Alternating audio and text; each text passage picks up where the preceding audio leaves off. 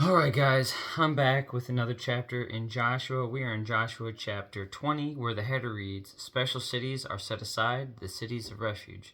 Now, I'm going to be the first to tell you that this is an extremely short passage, but part of me, while I need more and more Jesus every single day, and this week proved to be exactly that, me in need of that more Jesus, um, I'm thankful that it's a little bit shorter too, because I'm tired.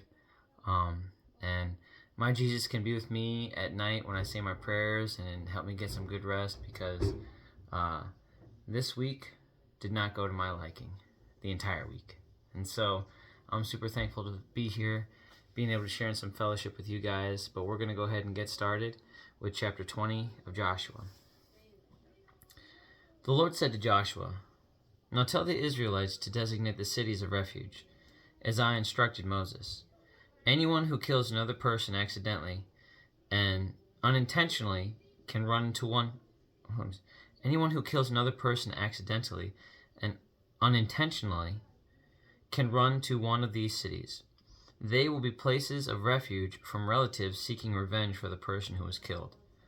Upon reaching one of these cities, the one who caused the death will appear before the elders at the city gate and present his case.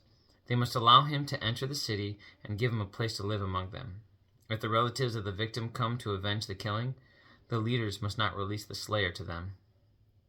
For he killed the other person unintentionally and without previous hostility. But the slayer must stay in the city and be tried by the local assembly, which will render a judgment. And he must continue to live in that city until the death of the high priest who was in office at the time of the accident. After that, he is free to return to his own home in the town from which he fled. The following cities were designated as cities of refuge: Kadesh of Galilee, in the hill country of Naphtali, Shechem in the hill country of Ephraim, and Kiriath Arba, that is, Hebron, in the hill country of Judah, on the east side of the Jordan River, across from Jericho. The following cities were designated: Bezer, in the wilderness plain of the tribe of Reuben, Ramoth and Gilead, in the territory of the tribe of Gad, and Golan, in Bashan, in the land of the tribe of Manasseh. These cities were set apart for all the Israelites, as well as the foreigners living among them. Anyone who accidentally killed another person could take refuge in one of these cities.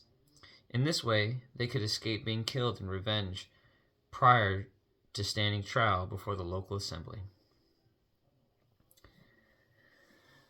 And on that note, guys, short and sweet. And so I guess I have more than just one question, but one of the primary questions I have in here is, I wonder who the people were that just simply populated those towns. You know, were those towns chosen because the people were extremely upright and were extremely just and were known to be, fair and equitable in their decision making? Because obviously these towns weren't completely filled with refugees, people hiding from fallout of mistakes. It wasn't not that every town isn't an entire town of sinners, but I'm curious as to who naturally inhabited these areas when it was given to the Israelites, especially at the time when it was designated as areas of refuge.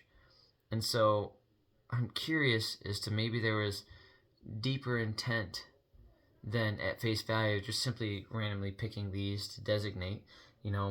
Especially you'd also want them located within reason, spread throughout the whole area for all the Israelites inhabited, simply because the length of destination. Just like for convenience, there's Walmarts everywhere, and I use this just as a rudimentary understanding. And you want that convenience for people to be able to access without having to travel excessive amounts of time. But also, I wonder how tough that would be if you had a family. Would your family go with you? And if not, how weird would that be if you were just, a day or two's ride from your original home, never to see them until the high priest that had overseen your judgment passed away? That's some pretty heavy stuff. Not to say that even an accidental killing of somebody, which is crazy to think about, especially back then when there weren't a bunch of huge things of machinery or driving vehicles, and like you're just tossing rocks or building something and accidentally smacks someone in the head and kills them. All these, I gotta believe accidental deaths were so far and few between back then. But I might have a misunderstanding. I don't know the level of labor they would go into. And so I won't go deeper down this rabbit hole. I've made the comments I've made on this one that I think are pretty face value. But because of how short this passage was, I don't think I need to delve any deeper than that. But on that note, have a good night. God bless. I love you. Jesus loves you. And I don't know. After this after today, I'd appreciate some prayers. Anyone that makes it this far, 6 minutes into the video, just pray for discernment for me. I really didn't like the way that this week went, and exceedingly frustrating, especially when I still tried to approach every single event with love, and it wasn't appreciated. And in fact, in many ways, it was disrespected and looked down on.